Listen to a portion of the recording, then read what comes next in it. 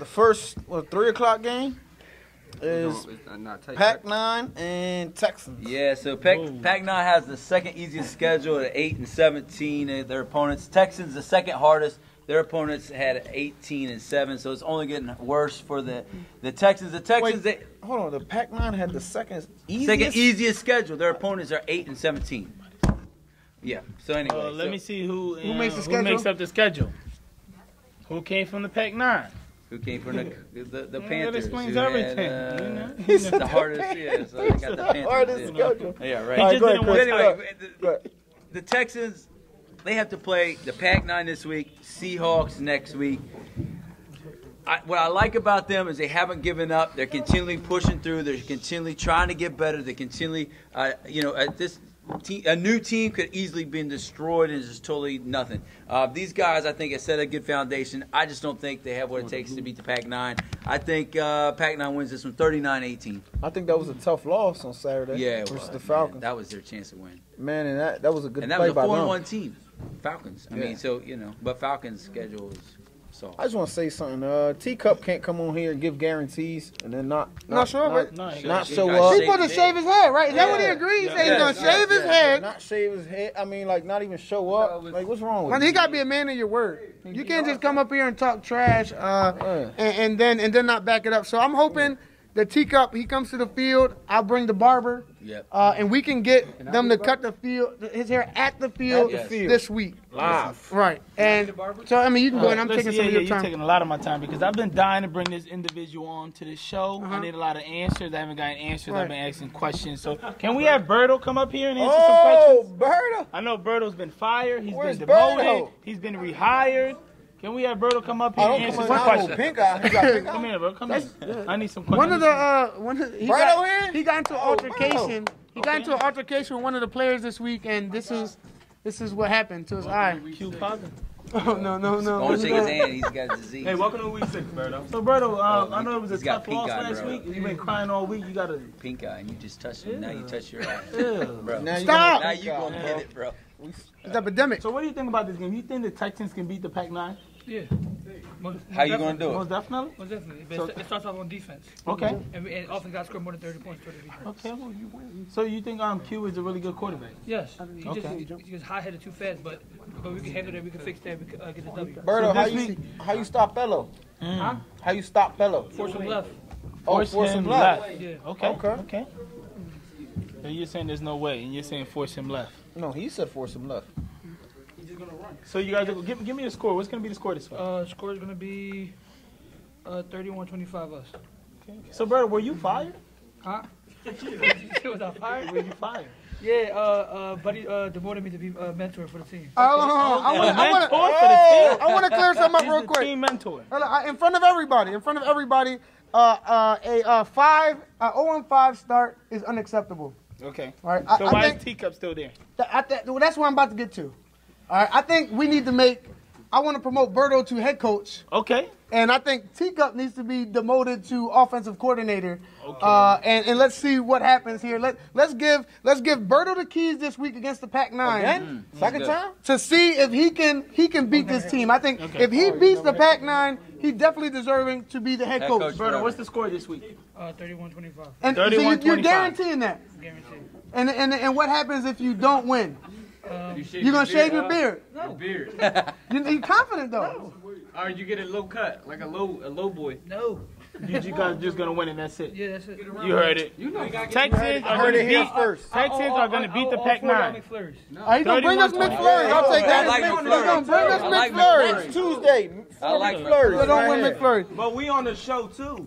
Right. All right. So real quick, Texans are going to win. I'm tired of talking about the Texans. 31-25. My thing is, I've never seen no one blow a lead like that. You see the emotions and stuff.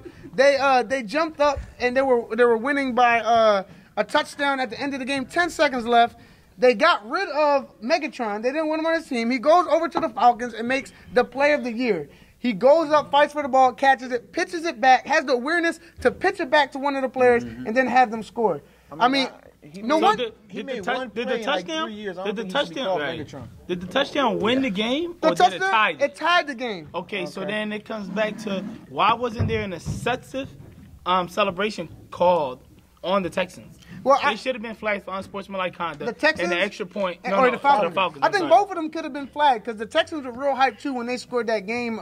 What they thought was the game-winning touchdown. So I think the refs let it go on both sides. No, it is not. It ain't the ref let it go. You guys need to get it together with these refs. You got to take into consideration that real quarterback wasn't there. All right. Absolutely, yeah. Jay stepped up and played an amazing game. Yeah. He did the best that he could out there. And then you got this new kid, Jacob, who came out there and threw the duck at the end of the game, and somehow it just kind of fell through. One thing that you can say about the Falcons is there's always a team that you can say things are going their way. Yes. Okay. And that's the Falcons. So that's scary. When things are going your way and you have talent, they can make some noise. I know we've been talking about the Big Four, Lions, Pack-9, Colts, and Seahawks. I think the Falcons, they're making noise. They deserve to be in that consideration coming up. And I think, but the Pac-9, I mean, they're too strong. I think they're the second best team in the league. You got now Marcus coming in. That's one of Dave's other cousins out there now. He's starting and playing well. Whoever they put in there, they all look like ones. I mean, I think Dave just is probably the best coach in the league right now. I think it's easy to say the way he develops his kids out there. I think there's no one else that can develop kids like that Dave has shown in this year. So you mean to tell me that the players that are on his team wasn't there when you were coaching? No, these are all new players. Okay, they're all new players. The only player that was there was Ryan. And I think Dave. No. They came. No. They came with Dave. No. Right. Because of Buddy. Because Buddy was running that team. And Buddy was the coach. Listen, stay over there for you lose your job. Okay. So, on top of that, you had already had Shane, who you groomed, and was arguably one of the best quarterbacks in the league last year, top 2.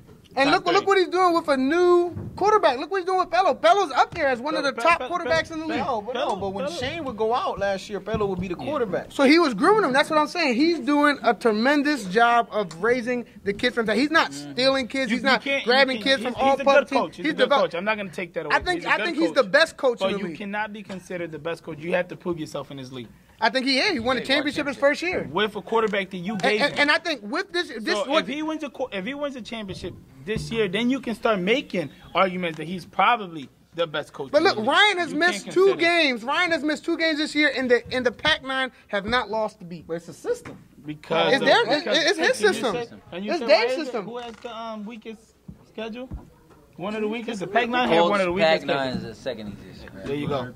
With or without Ryan, they will continue to win until they play one of the top teams. Yeah, and I think. And let me tell you something. You got to beat the Did they lose Seahawks to when the they run top a cover 3. And Seahawks, lost to the Seahawks. But it's week one, anything. They lost to the Seahawks. Somebody has to lose. Right. Okay. So who do you think is a better coach than Dave? June. Me. No. Okay. I've been, because you want to pull up my resume? What's your resume? Okay, I've been to the championship every year in the league besides last year, and we went undefeated on top of that. I have 2 championships in this league, so I've been there. Okay, I've taken a team that was 2-5 with the same roster and put them in a championship game, which I got a 30-yard penalty in case no one knows about that, which clearly tells you a lot about. I think you're a good coach, but I think your best move that you've done as a coach was bringing on Alex. It was a great move. That's your best move. Great coaches that was make your best great move. moves. Yeah. And Al came because you needed help. I needed help, and Al came and implemented the best defense. Who's Dave's big assistant coach over there? Well, you obviously. Christian just finished saying on live television that you were sitting there watching a bunch of tape with the Pac-9. No. I was trying to watch the Texans. So now you have to sit there and prove. Dave is a good coach. He's going to be a great coach. All right, look, this game is going to be ugly. This might be the end of the Texans as we know it. Yeah. I think the Pac-9, their blowing out squad is coming in, and they've already played, I think, twice this year. Pac-9 will blow out the Texans. It will not even be close. This is men against boys. I got this game going 63-12. For the record, the Seahawks never beat.